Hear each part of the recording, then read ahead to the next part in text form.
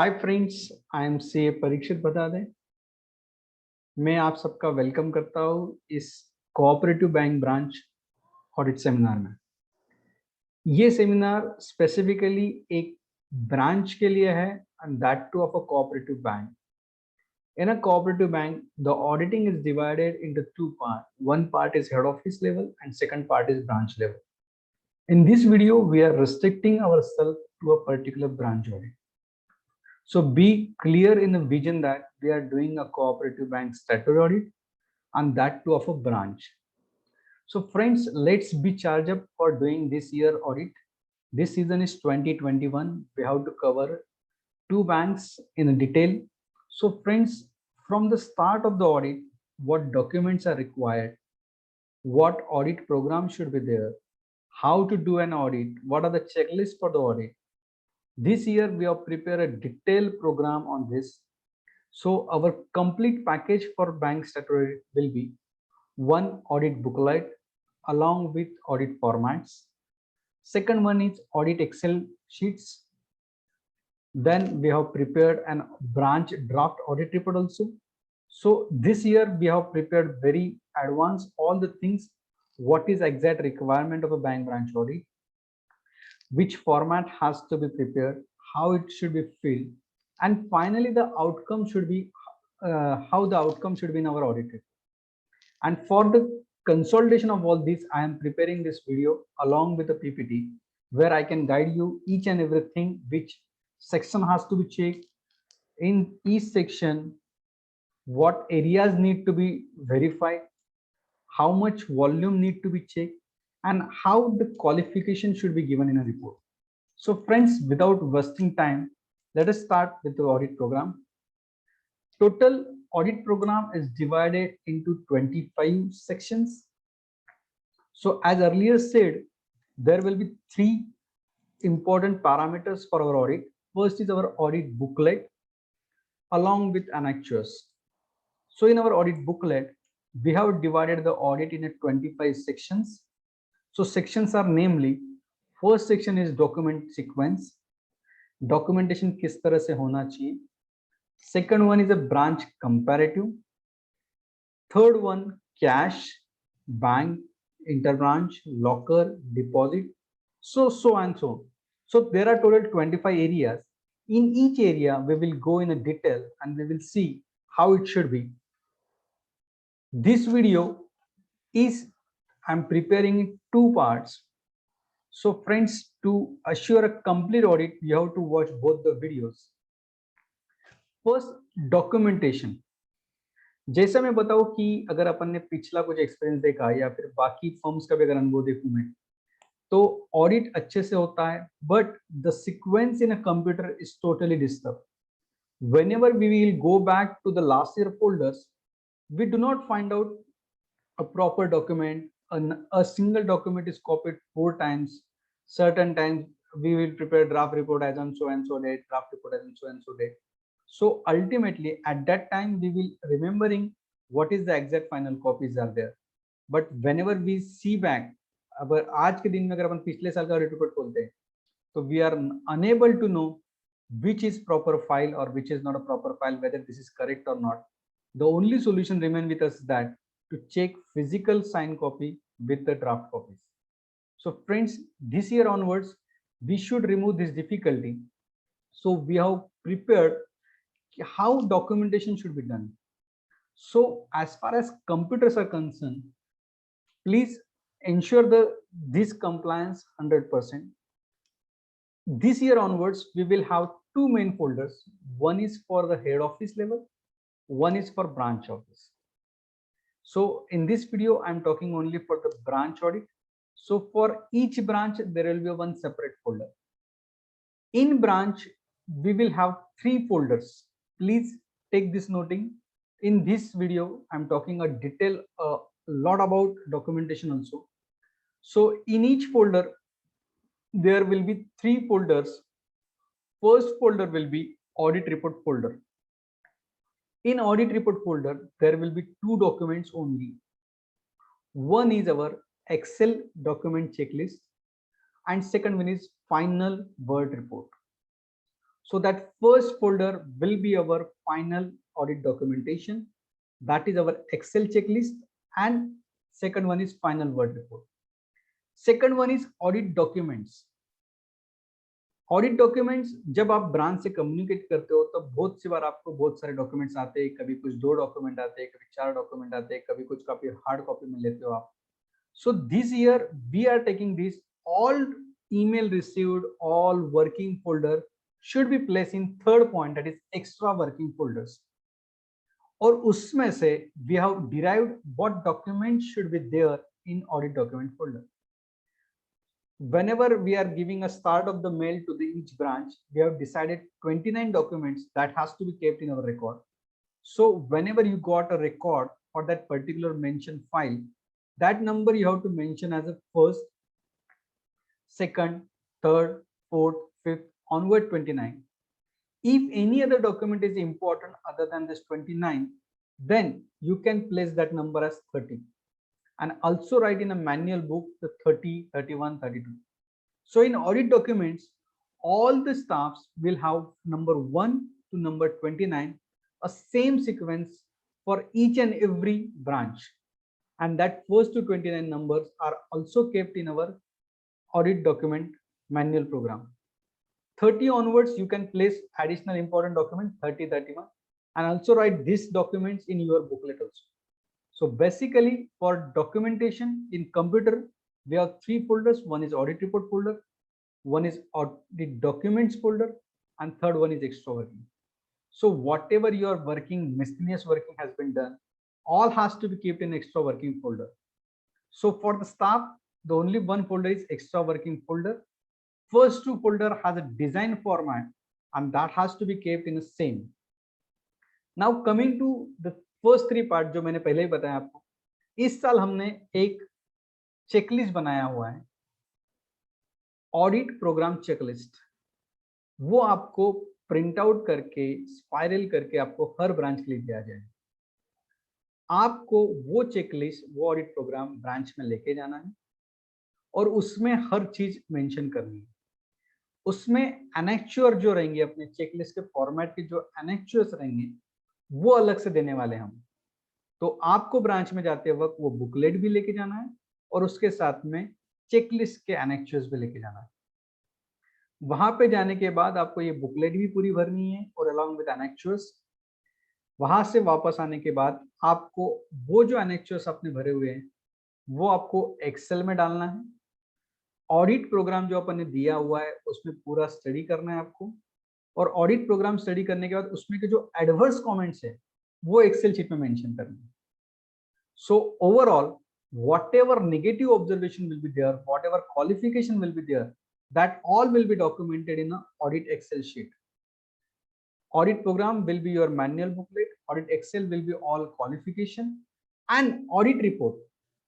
इस बार हमने ड्राफ्ट ऑडिट रिपोर्ट भी बनाया हुआ है. ड्राफ्ट ऑडिट रिपोर्ट में किस तरह से सीक्वेंस होनी चाहिए वो मेंशन की है. एनेक्चर जो आप एक्सेल में बनाने वाले हो वहां पे उसी फॉर्मेट में पेस्ट करना है. और इसके अलावा आपको किसी भी सेक्शन में कुछ भी कमेंट करना है तो उस सेक्शन में आपको कॉमन ऑब्जर्वेशन लिखना है, और कॉमन ऑब्जर्वेशन के बाद अगर आपको कोई स्पेसिफिक ऑब्जर्वेशन है तो वो आपको लिखना है. So friends, in this year we are totally focus on documentation. Documentation ये अपने फर्म का एक बेसिक फंडा है और डॉक्यूमेंटेशन हमें 100% क्वालिटी लेके जाना है. So friends, be assure that इस बार कोई भी मिसमैच नहीं होना चाहिए. सो फ्रेंड्स, ये डॉक्यूमेंटेशन होने के बाद we are now moving to the audit program and checklist. So जो बुकलेट में आपको देने वाला हो उसके हर सेक्शन में क्या लिखा हुआ है क्या नहीं लिखा हुआ है उसके बारे में अपन डिस्कस करने वाले हैं. सो friends, let us start with the section. ये फोल्डर्स के बारे में बताया मैंने आपको कि 3 फोल्डर्स है. One is audit report folder, one is document folder, one is extra folder. So friends, let us start with the annexures. इस बार हमने ब्रांचेस को 2 एनेक्चर भेजे हुए हैं. फर्स्ट एनेक्चर है कि जहां पे आपने सॉफ्ट कॉपीज उनसे before start of the audit मंगाना है, और एनेक्चर 2 में मेंशन किए गए हुए हैं कि जो डॉक्यूमेंट आपको वहां पे जाने के बाद चेक करना है. तो फ्रेंड्स, आपको ये कोशिश करनी है कि एनेक्चर 1 में के जितने मैक्सिमम डॉक्यूमेंट आपके पास पहले आ जाएंगे उतना आपका ऑडिट प्रोग्राम अच्छे से बन सकता है। So friends, I am discussing the documents which are to be taken. First one is profit and loss account, 2020 का भी लेना है, 2021 का भी लेना है। इसी से रिलेवेंट आपको एक्सेल में पीएनएल का कंपैरेटिव बनाना है। बैलेंस शीट लेना है आपको, बैलेंस शीट भी 2020 की लेनी है, 2021 की लेनी है, इसका भी कंपैरेटिव बनाना है। तो ये चारों चीजें आपको स्टार्ट ऑफ द ऑडिट आपके पास अगर रही तो आपको उस ब्रांच का पीएनएल और बैलेंस शीट के बारे में काफी अच्छे से आइडिया आएंगी। और वो आइडिया आने के बाद आपने कंपैरेटिव जो बनाया उसमें डेविएशन कितना है, कंपैरिजन कितना है, वो ध्यान में आएंगे। देन अकाउंट ओपनिंग रजिस्टर लेना है आपको। यहाँ पे कोशिश होना चाहिए डिपॉजिट और लोन के अकाउंट ओपनिंग रजिस्टर आपको एक्सेल में मिले, पर कुछ ब्रांच में एक्सेल नहीं पॉसिबल होता है तो आपको पीडीएफ में लेना पड़ेगा। और उसके बाद आपको लोन के जो है अकाउंट ओपनिंग रजिस्टर वो एनेक्चुअर नंबर 9 में मेंशन करना है। ये जितने भी मैं एनेक्चुअर्स की बात कर रहा हूँ ये सब एनेक्चुअर्स है अपने एक्सेल शीट के। देन अगर रिन्यूअल लिस्ट है इसमें तो रिन्यूअल लिस्ट जो है वो आपको एनेक्चुअर 10 में मेंशन करना है। सो एनेक्चुअर 9 is for account sanction list. Definitely I am talking about loans only here, and annexure 10 is for account renewal list. Then आपको लेना है balance cut book deposits loan के। ये डिपॉजिट्स लोन के कट बुक लेने के बाद आपको जीएलपीएल एक एनेक्चुअर है अपने एक्सेल शीट में वो भरना है। एनपीए एज ऑन 2020 लेना है, 2021 लेना है और इसका कंपैरेटिव बनाना है। इसका भी एक एनेक्चुअर अपना मेंशन हुआ है एक्सेल शीट में। सो फ्रेंड्स, ये जो बातें कर रहा हूं मैं, जो पहले 9 डॉक्यूमेंट्स है, एटलीस्ट ये 9 डॉक्यूमेंट तो भी आपके पास पहले आने चाहिए, जो कि आप अच्छे से प्रिपरेशन करके बैंक ब्रांच पे जा सकते हो। तो मेरी कोशिश रहेगी जो 29 डॉक्यूमेंट दिए हैं आपको, 29 के 29 डॉक्यूमेंट लेने की कोशिश करो। बट अगर 29 डॉक्यूमेंट नहीं मिलते आपको तो ये जो फर्स्ट 9 डॉक्यूमेंट है दैट आर वेरी एसेंशियल, वो आपको लेना है। उसके बाद में लोन रिन्यूअल लिस्ट 2020-21 ये मैंने आपको बताया, इसका बनेगा आपका annexure number 10। Then renewal pending list, list of the dormant activated during the period, user list, DD payable list, IBC pending, sundry debtors ledger, creditors ledger, cash bank balance report, TDS labour, periodic cut book report. ये periodic cut book report कुछ बैंकों में मैं इसको turnover नाम देता हूँ, कुछ बैंकों में इसको पीरियडिक कट बुक है। इसमें आपको आएगा ओपनिंग समेशन, ओपनिंग बैलेंस कितना था, debit summation, credit suggestion, closing balance कितना है। Then account closing list. मेरे हिसाब से हर पॉइंट इसमें का सेल्फ एक्सप्लेनेशन है, बट फिर भी ये सब पॉइंट्स का रिलेवेंस आपको ऑडिट बुकलेट में किस तरह से भरना है, जब ऑडिट बुकलेट में पॉइंट आएगा तब मैं आपको डिटेल में डिस्कस करता हूँ। Then adverse balance report, loan classification report, और ये जो 24 नंबर का है मंथली एक्सपेंसेस रिपोर्ट। अगर ये रिपोर्ट आपको मिल जाता है, ये सीबीएस में रिपोर्ट अवेलेबल है, ये रिपोर्ट अगर आपको मिल जाता है तो ये रिपोर्ट से आप ब्रांच ने कौन से खर्चे किए हुए हैं, कौन से खर्चे आपको ऑडिट प्रोग्राम में बनाने हैं, कौन से चेक करने हैं, वो आप इस रिपोर्ट से जा सकते हो। देन वी आर, इस साल हम ऑडिट सैम्पलिंग पे ज्यादा फोकस है हमारा, तो ऑडिट सैम्पलिंग करते वक्त top 15 borrower and top 15 depositor ये हमको थरोली चेक करना है कि ब्रांच के जो 15 बोरोवर है, जो टॉप के 15 बोरोवर है, डिपॉजिटर है, इनका वेरिफिकेशन अच्छे से होना चाहिए। Then risk log report, fix asset, depreciation, excel transaction.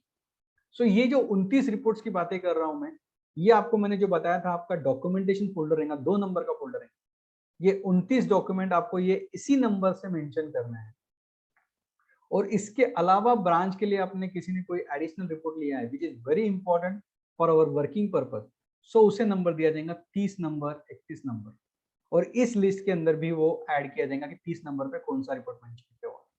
So friends, with this we will now move toward the actual audit booklet. So audit booklet शुरू कर रहे हैं अपन। audit booklet आपको एक प्रिंटेड फॉर्मेट में दी जाएंगी जिसका स्पाइरल कॉपी आपके पास होगा और उसी से रिलेवेंट होगा annexures. So friends, let us start with the audit booklet now. So friends, जैसे मैंने बात करी थी आपसे ऑडिट बुकलेट के बारे में, तो ऑडिट बुकलेट का पहला पॉइंट है ब्रांच कंपैरेटिव। ये branch comparative is not a difficult one, just the basic information about the branch. यहाँ पे हमने कंपैरेटिव बनाई है 2020 की फिगर, 2021 की फिगर, और कुछ इंपॉर्टेंट पैरामीटर्स हमने लिखे हुए, जैसे for example deposit, loan. Business का मतलब होता है डिपॉजिट प्लस लोन। स्टाफ कितना था, ओवरड्यू। ओवरड्यू लेते वक्त आपको दोनों ओवरड्यू लेना है, one is before due date, one is after due date. यहाँ पे काफी लोगों को कंफ्यूजन है, what is before due date, after due date. चलो एक एग्जांपल की तरह से समझाने की कोशिश करता हूं मैं आपको। आफ्टर ड्यू डेट मतलब जिसका ड्यू डेट खत्म हो चुका है उसे आफ्टर ड्यू डेट कहेंगे। फॉर एग्जांपल, एक कैश क्रेडिट लोन था, वो 1 साल के लिए वैलिड था। सपोज 20 मार्च 2020 को लोन दिया था, 20 मार्च 2021 को उसका ड्यू डेट, और ड्यू डेट तक रिन्यूअल नहीं हुआ तो 21 मार्च को वो अकाउंट चला जाएगा आफ्टर ड्यू डेट में। और वंस आफ्टर ड्यू डेट में बैलेंस चला गया तो 100% आउटस्टैंडिंग बैलेंस जितना रहेगा वो ओवरड्यू अमाउंट होगी। एक अनदर एग्जांपल लेते हैं अपन व्हीकल लोन के लिए। व्हीकल लोन मैंने आपको दिया हुआ है, बैंक में लोन दिया हुआ है एक पार्टी को 5 साल के लिए, 2016 में लोन दिया हुआ था और उसका ड्यू डेट था 2021। So once due date is over, 5 साल अगर होने के बाद, जो भी उसका ड्यू डेट दिया था, टेन्योर दिया था, 5 साल होने के बाद वो अकाउंट चला जाएगा आफ्टर ड्यू डेट। सो टेन्योर के पहले अगर है तो वो आफ्टर ड्यू डेट में नहीं आएंगे। Now what is before due date? Before due date मतलब जैसे व्हीकल लोन का अगर मैं आपका केस 2016 में लोन दिया था अगस्त मंथ में, 5 साल का टेन्योर था, तो उसका टेन्योर था अगस्त 2021 तक। बट आप 31 मार्च 2021 का जब बैलेंस शीट फाइनल कर रहे हो, उस पर्सन के पास आपके 60 ईएमआई, 5 साल मतलब 60 ईएमआई में से 2 ईएमआई बाकी है। तो 2 ईएमआई बाकी है, तो वो 2 ईएमआई कॉल्ड होते हैं बिफोर ओवरड्यू। मतलब अगर ड्यू डेट के पहले अगर कोई लोन है तो अगर उसमें कोई इंस्टॉलमेंट या इंटरेस्ट अमाउंट ओवरड्यू है तो उतना ही अमाउंट ओवरड्यू में जाएंगे। सो बिफोर ड्यू डेट में आपको देखना है कितने ईएमआई ड्यू है और कितना उतना ओवरड्यू पीरियड है। अगर यही केस में सीसी के लिए लेने की कोशिश करूंगा, अगर आपका 5 लाख रुपए का सैंक्शन है और ड्यू डेट अभी बाकी है और उसका बैलेंस चल रहा है 5,20,000, so overdue will be 20,000 rupees only. और once due date is over, the complete balance 5,20,000 will be your after due date. Now what is NPA and what is overdue? Overdue and NPA are totally two different concepts. Overdue मैंने आपको समझाया, NPA जो चलता है वो चलता है norms के हिसाब से, आरबीआई ने जो गाइडलाइन दी है। सो एनपीए और ओवरड्यू एक इज इंडिकेशन की ओवरड्यू होने के बाद आपको ये चेक करना है कि वो कुछ अकाउंट्स पैरामीटर अगर क्रॉस करता है तो वो अकाउंट एनपीए में जाएंगे। सो don't compare the figures between overdue and NPA.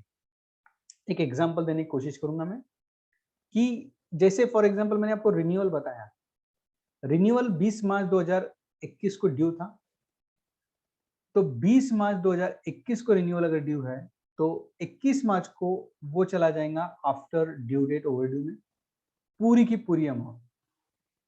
5,20,000 balance था अपना, तो 5,20,000 चला जाएगा। बट एनपीए वो नहीं होगा, क्योंकि एनपीए के नॉर्म्स कहते हैं रिन्यूअल ड्यू डेट के बाद 180 दिन के बाद वो अकाउंट जाएगा एनपीए में। So comparing after due date, वो 180 दिन अगर हो जाता है तो उसके बाद वो अकाउंट चला जाएगा एनपीए में। तो 180 दिन तक वो आफ्टर ड्यू डेट ओवरड्यू में रहेगा, बट एनपीए में नहीं रहेंगे। सिमिलर अगर व्हीकल लोन की बात करूं मैं, अपने केस में 2 ईएमआई मैंने ओवरड्यू बताए थे आपको। सपोज में वो 2 ईएमआई ओवरड्यू है तो बिफोर ड्यू डेट में 2 ईएमआई ओवरड्यू आएंगे, एनपीए में कुछ नहीं आएंगे, क्योंकि एनपीए का नाम कहता है इंस्टॉलमेंट और interest overdue for 90 days. 2 EMI में 90 डेज कवर नहीं। सो बिफोर ड्यू डेट में 2 हफ्ते आएंगे, एनपीए में कुछ भी नहीं आएंगे। अभी ये एग्जाम्पल को मैं थोड़ा एक्सटेंड कर देता हूँ कि 4 हफ्ते ओवरड्यू हो गए, अभी तक ड्यू डेट बाकी है बट 4 हफ्ते उसके आने बाकी है, तो बिफोर ड्यू डेट में सिर्फ 4 ईएमआई आएंगे। अगर उसकी किस्त 10,000 रुपए की है तो 10,000 इंटू 4 ईएमआई ओवरड्यू है, तो 40,000 रुपए उसका ईएमआई ओवरड्यू आएंगे, बिफोर ड्यू डेट आएंगे। बट एनपीए कहता है कि एक बार अकाउंट 90 दिन के बाद अगर ओवरड्यू है, ओवरड्यू मतलब जिस दिन भी इंस्टॉलमेंट आना चाहिए उसके 90 दिन तक नहीं आया तो पूरा की पूरा लोन अमाउंट चला जाएगा एनपीए में। So before due date overdue में सिर्फ यहाँ पे आ रहा था 4 अमाउंट, मतलब 4 हफ्ते जो ओवरड्यू थे वो आ रहे थे, बट एनपीए में कन्वर्ट होते वो पूरी लोन अमाउंट आएंगे। So friend, this is a basic difference between overdue and NPA. So don't compare overdue NPA directly. There is a overdue आपको समझाया मैंने, एनपीए के लिए टेक्निकल नॉर्म्स है तो एनपीए को टेक्निकल नॉर्म के हिसाब से जाना है। Then profit and loss account. So overall branch comparative एक अपने को आइडिया देगा कि पिछले साल क्या चीजें थी, इस साल क्या है, एडिशन कुछ हुई है क्या, कम कुछ हुआ है क्या, और कितना परसेंट वेरिएशन है। अगर यहाँ पे कुछ लार्ज वेरिएशन अगर आपको ऑब्जर्व होते हैं तो we have to focus go in the detail thing कि क्या प्रॉब्लम है क्या नहीं, ये डेविएशन क्यों। फॉर एग्जांपल डिपॉजिट अगर पिछले साल 20 करोड़ थी और इस बार अगर 14 करोड़ हो रही है तो 6 करोड़ का डेविएशन मींस अप्रॉक्स 30% का डेविएशन हो रहा है, तो why it is happening. So friends, this is all about branch comparative. Now we will move to further topics also.